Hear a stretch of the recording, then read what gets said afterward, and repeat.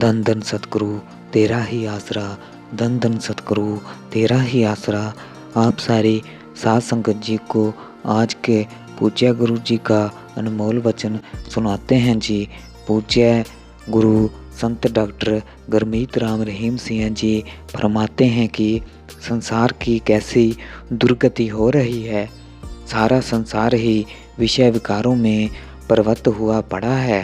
जीव इनके जाल में फंसकर अपने बारे में सब कुछ भूल चुका है कि मैं कहाँ से आया हूँ और कहाँ पर जाना है। कौन सी लंबी कैद भोग चुकने के बाद यह मनुष्य जन्म प्राप्त हुआ है। क्या अब मैं अपनी कैद मुका सकता हूँ या नहीं, इन बातों में कोई भी ध्यान नहीं देता। गलफत की सीमा यहाँ तक पहुँच चुकी है कि मनुष्य ने मृत्यु को भी बुला दिया है कि आएगी या नहीं। दिन रात विषय विकारों में मस्त हो रहा है। इनके बगैर और कुछ भी नहीं सूझता। जीव दिन रात शरीर के पालन पोषण में ही लगा हुआ है। शरीर के बिना दूसरी कोई वास्तविकता ही नहीं भासती। कोई भी जीव ऐसा दृष्टिगोचर नहीं होता जो कि इस जन्म में 84 की कैद से छुटकारा पा सके।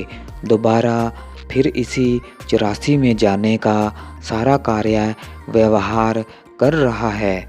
नाम के जपने की ओर ध्यान नहीं देता जो कि जन्म मरण तथा 84 के चक्कर को समाप्त करने वाला है।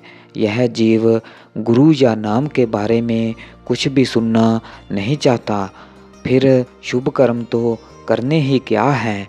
सब संत महात्मा कहते आए हैं कि बिना गुरु के इस संसार सागर से पार उतरना और आवागमन की समस्या को हल करने वाला कोई दूसरा साधन नहीं है। एक गुरु ही है जो कि शब्द रूप में समा रहा है और उसने ही जीव का उद्धार करना है। पूज्य गुरु जी फरमाते हैं कि कोई भी मनुष्य यह भ्रम या संशय में न रहे कि बिना गुरु के कोई भी संसार सागर से पार नहीं हो सकता। मन को बर्मी भूले संसारी, गुरु बिनु कोई न उतर सी पार।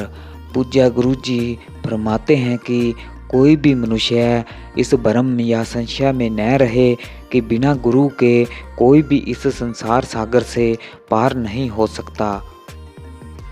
पूज्य गुरु जी फरमाते हैं कि इस मोह माया रूपी भयंकर सागर में गुरु ही जहाज है और गुरु ही उसको चलाने वाला खेवट मलाह है।